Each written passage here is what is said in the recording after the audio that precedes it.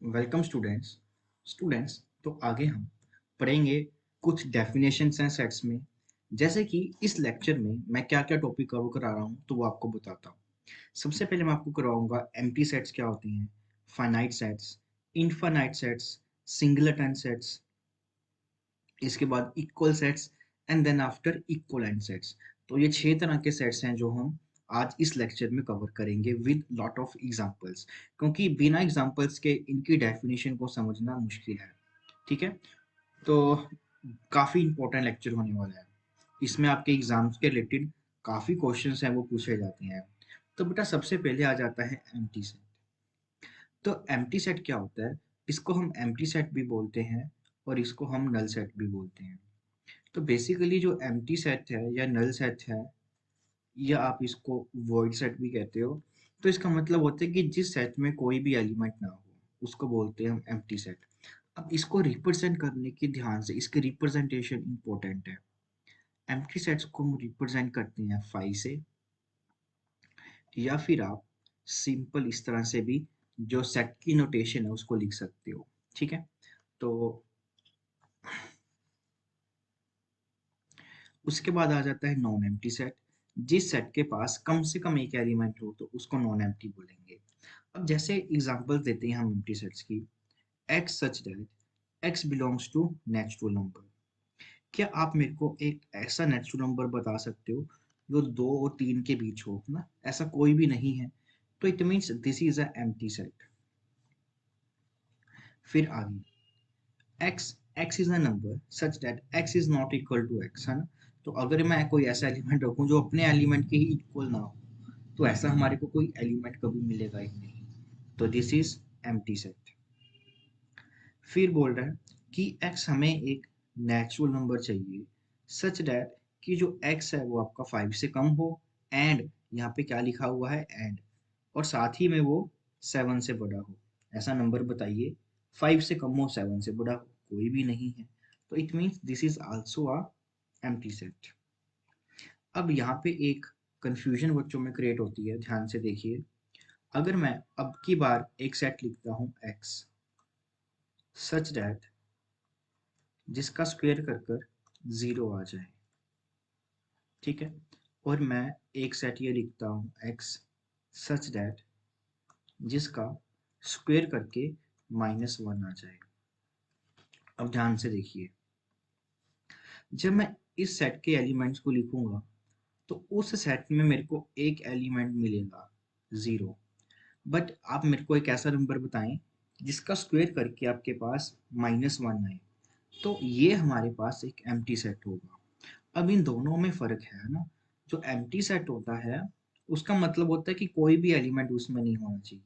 जब किसी में 0 आ जाते हैं तो हम उसको एम्प्टी सेट नहीं बोलते, हम ये बोलते हैं कि जो ये 0 हमारे पास एलिमेंट आया है वो उस सेट को बिलोंग कर रहा है, ये इसी सेट का एक मेंबर है।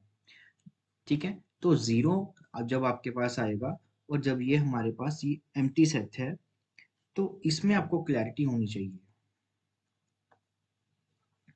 अब चलते हैं हम अपने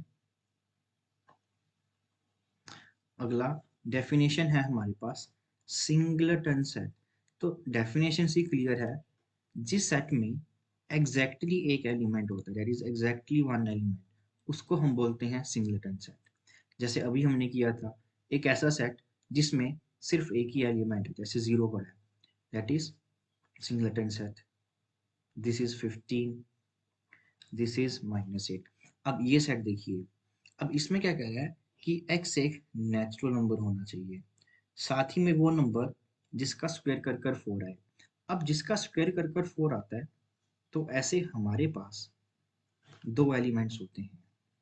एक होता है x इज इक्वल टू 2 और दूसरा होता है हमारे पास x is equal to -2।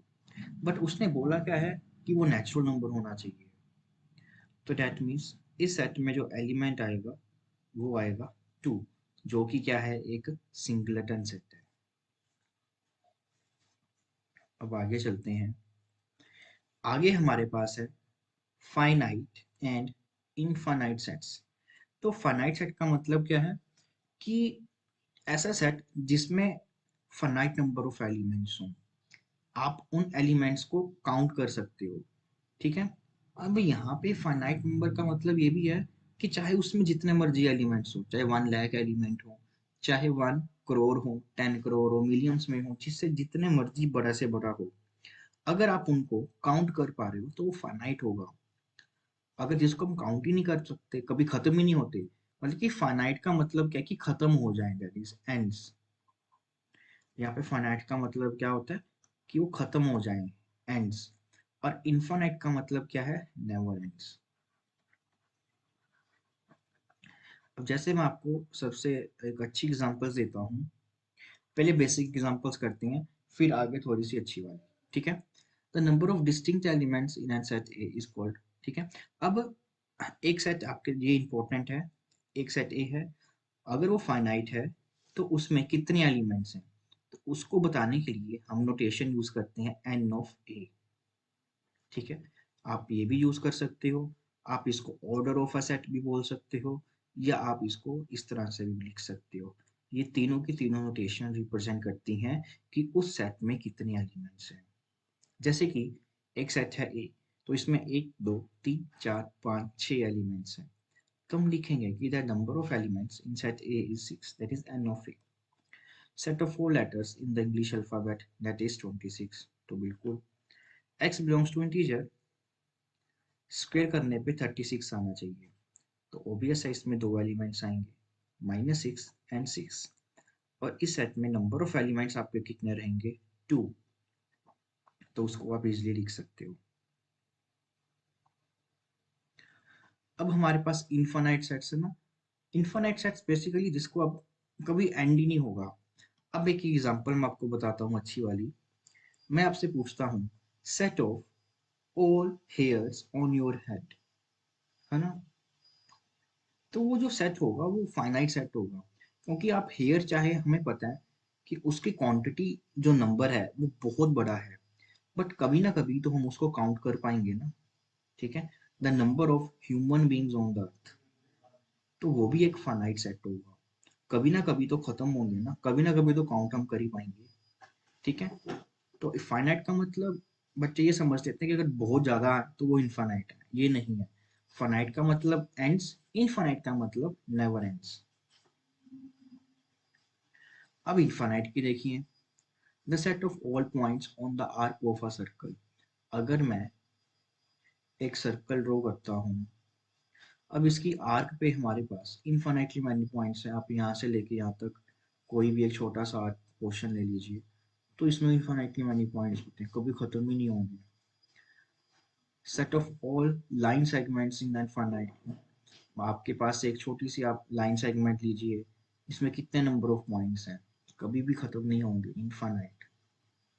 The set of circle passing through a given point, ठीक है। अब इसमें वो क्या कह रहा है कि आपके पास बेसिकली एक पॉइंट है, इसमें से पास होने वाले आपने सर्कल बताने हैं, तो infinite.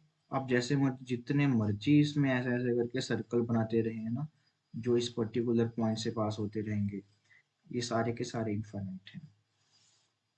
The set of all straight lines parallel to a given line से एक्स एक्सिस, एक्स एक्सिस के पैरेलल कितनी लाइंस बना सकते हो, infinite. The set of all positive multiples of 5, 5 के पॉजिटिव मल्टीपल्स, जैसे 5 10 15 20 25, क्या ये सेट्स कभी खत्म होंगे, बिल्कुल भी नहीं, है ना। भैया, और सबसे important, set of natural number, सबसे आसान, integers, whole numbers, rational numbers, real numbers, irrational numbers, तो ये सारे के सारे आपके इनफाइनाइट सेट में आते हैं, ठीक है। तो आपको बेसिकली ये याद रखना है सारा कुछ, है ना, कि N Z Q R infinite sets होती है। इसके बाद आपके पास आ जाते हैं equal sets. Two sets A and B are said to be equal if they have exactly the same elements. दो सेट्स को हम इक्वल तभी बोलते हैं अगर उनमें जो एलिमेंट्स हैं वो बिल्कुल एग्जैक्टली हैं। और इसको लिखते कैसे हैं, A is equal to B, और अनइक्वल सेट्स में दिस। अब देखिए, जब हम इंपॉर्टेंट पॉइंट्स हैं ये, कि चाहे एलिमेंट्स का ऑर्डर जैसे मर्जी हो, जैसे 1 2 3 लिखूं मैं, चाहे 2 1 3 लिखूं, चाहे 3 2 1, तो ये इक्वल सेट्स ही रहेंगे।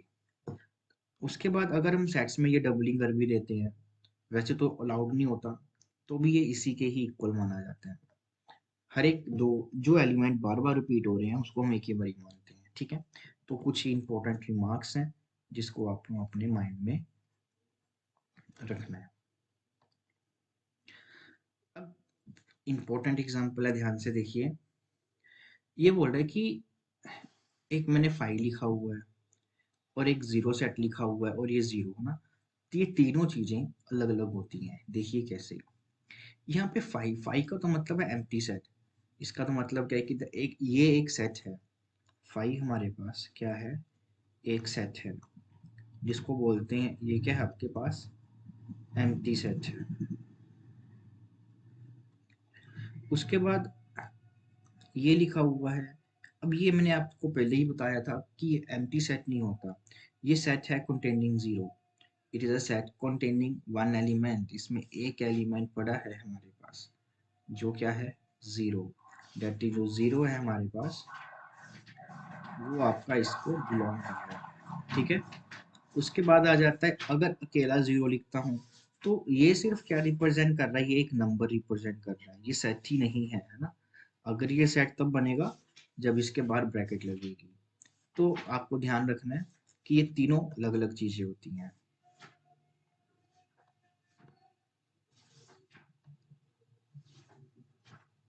इसके बाद आ जाता है इक्विवेलेंट सेट्स। अब ये इक्विवेलेंट सेट्स क्या बात है, हम दो सेट्स को इक्विवेलेंट तब बोलते हैं जब उसमें नंबर ऑफ एलिमेंट सेम हो जाते हैं, चाहे उसके एलिमेंट्स चाहे कुछ मर्जी हो, है ना।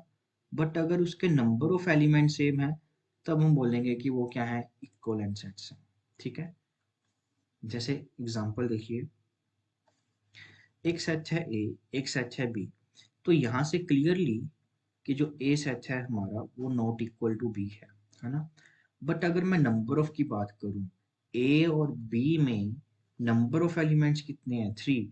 तो दीज आर इक्विवेलेंट सेट्स। और जब भी दो सेट्स को इक्विवेलेंट लिखना होता है तो मैं ये सिंबल यूज करता हूँ, ठीक है। ये सिंबल है आपका इक्विवेलेंट का, ठीक।